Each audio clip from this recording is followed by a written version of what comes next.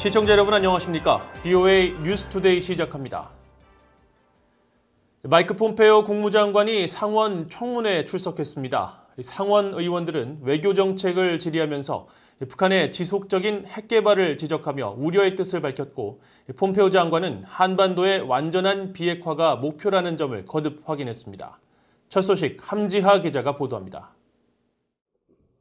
마이크 폼페오 미국 국무장관이 30일 상원 외교위원회 2021년 회계연도 예산 청문회에 출석했습니다. 상원 의원들은 예산 문제보다 미국의 대외 정책, 특히 중국을 비롯해 북한 문제를 지적했습니다. 외교위 동아태 소위원장인 공화당의 코리 가드너 의원은 북한이 미북 협상 중에도 핵무기를 개발해온 사실을 비난하면서 인도태평양 지역 내 미국 외교의 중요성을 강조했습니다. The Indo-Pacific. The region obviously is burgeoning in population, promising commercial growth, and it's critical for global security and economic stability. But North Korea continues to seek nuclear weapons and to threaten its neighbors. 가드너 의원은 이어 인도태평양 지역의 인권과 자유에 대한 미국의 가치를 존중하는 등 장기적인 전략 실행을 위해 트럼프 행정부와 미국 의회가 단합해야 한다면서 미국 법에 명시된 것처럼 완전하고 검증 가능하며 되돌릴 수 없는 비핵화, 즉 CBID를 달성하는 노력이 포함된다고 밝혔습니다. 폼페오 장관은 비핵화를 위한 트럼프 행정부의 목표는 변함이 없다고 재확인했습니다.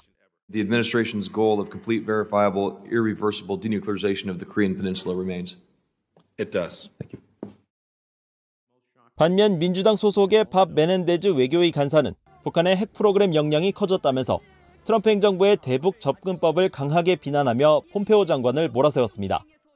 Our North Korea diplomacy, which you assured this committee you'd have wrapped up within a year, about 2 years ago, appears to have flatlined, leaving North Korea with a more capable nuclear and ballistic missile program. 폼페오 장관은 별도의 답변은 하지 않았습니다. 청문회에서는 중국과 러시아 문제에도 초점이 맞춰졌습니다.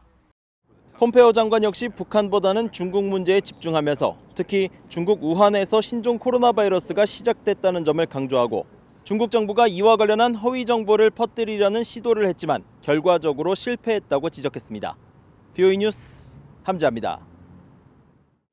토마스 오에아 퀸타나 유엔 북한 인권 특별 보고관은 최근 탈북민 단체 2곳에 대한 법인 설립 허가 취소와 대북 인권단체 사무검사 시행을 통보한 한국 정부의 조치는 모두 중단해야 하며 한국 정부는 이들 단체들과 먼저 대화를 해야 한다고 말했습니다.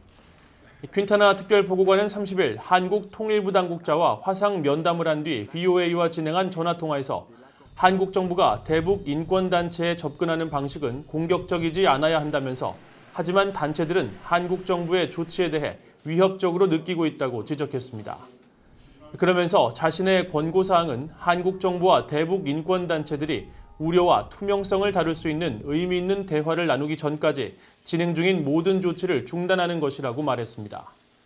또 통일부와의 면담은 유용하고 시의적절했으며 한국 정부 조치의 배경과 법적 근거를 이해하는 데 도움이 됐다면서도 자신의 시각은 면담 전과 크게 바뀐 것이 없다고 말했습니다.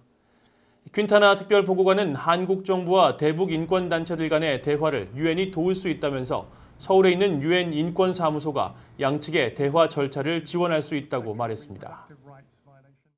찰스 리차드 미국 전략사령관이 동맹국들의 확신을 위해 미국의 핵 억지력 현대화가 반드시 필요하다고 밝혔습니다. 중국 등의 군사적 팽창 움직임에 대해서는 영내 견제 차원의 핵전력 보강을 강조했습니다. 김시영 기자가 취재했습니다. 찰스 리처드 미국 전략사령관은 30일 미국 공군협회 산하 미첼 연구소가 주관한 원격 토론회에 참석해 중국의 팽창과 핵전력 강화 등으로 미국은 영내에서 전례 없는 시험에 직면하고 있다고 말했습니다.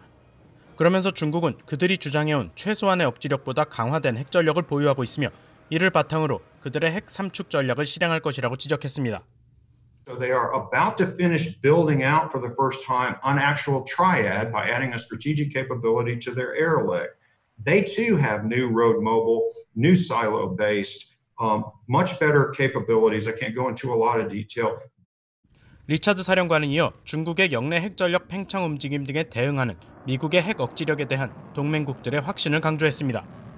한국과 일본 등 영내 동맹국들에게 중국의 핵전력 팽창 움직임 등에 대응하는 미국의 억지력이 신뢰를 받을 수 있어야 한다는 것입니다.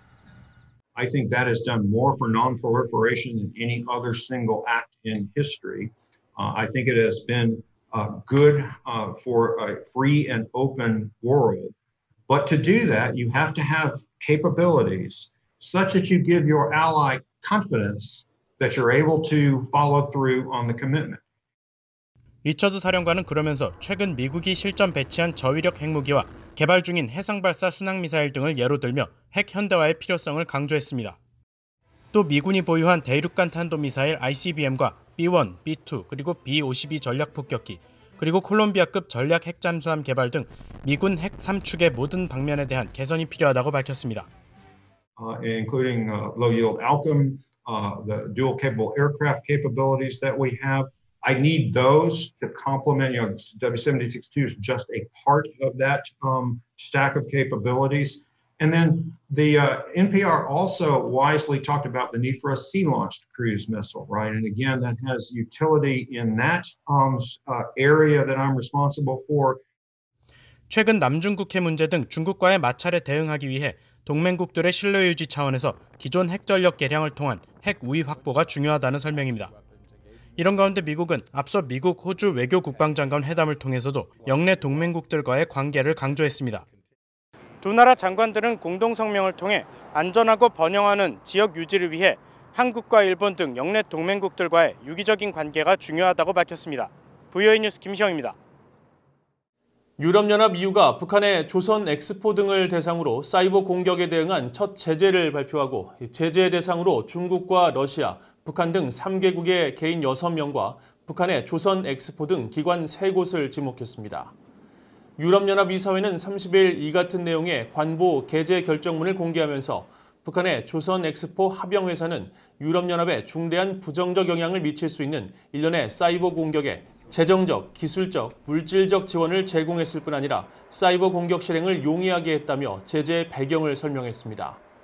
이어 조선 엑스포 사이버 공격은 유럽연합 또는 회원국들에게 외부 위협을 제기할 뿐 아니라 제3국에도 중대한 영향을 미친다고 강조했습니다. 한편 유럽연합 이사회는 30일 개인 57명과 기관 9개를 대상으로 한 대북 독자 제재 명단을 1년간 갱신하기로 했으며 이에 따라 내년 연례 재검토 시점까지 유지될 제재 대상자들은 여행 금지와 자산 동결 등 현행 제재 조치를 계속 받게 됩니다. 한국통일부가 한국 내 민간단체가 신청한 신종 코로나 바이러스 감염증 방역 물품에 대한 반출을 승인한 것으로 알려졌습니다. 한국통일부 관계자는 30일 남북경제협력연구소가 신청한 소독약과 방호복, 진단키트 등 약 8억 원 규모의 신종 코로나 바이러스 방역 물품 반출을 승인했으며 물품 수령 주체는 공개하지 않았다고 연합뉴스 등 한국 언론들이 보도했습니다.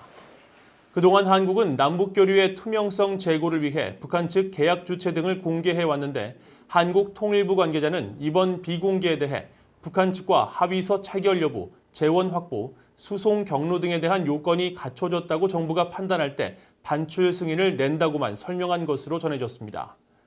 앞서 남북경제협력연구소는 유엔 안보리 대북제재위원회에 북한 평안북도 내 학교와 항구, 병원 등 공공시설에 공급하겠다며 열화상 카메라 등에 대한 제재 면제를 신청해 지난 17일 면제 승인을 받은 바 있습니다. 이상으로 VOA 뉴스투데이를 마칩니다. 시청해주신 여러분 고맙습니다.